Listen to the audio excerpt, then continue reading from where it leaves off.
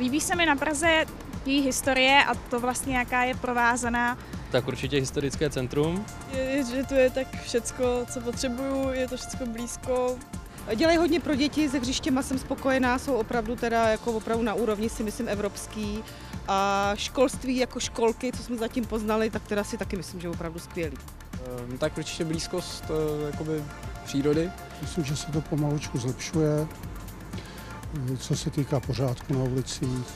Líbí se mi vůbec, že je tady hodně památek a hodně kultury. Na Praze 4 se bydlí dobře, kor teda tady v těch panelákách, kterých všichni pomlouvají, tak my jsme si ho opravili a líbí se mi to tady moc. Na Praze se mi líbí množství kulturních aktivit, velký výběr vlastně i akcí pro děti, tím, že jsme rodina, takže to si myslím, že Praha je jedinečná v tomhle.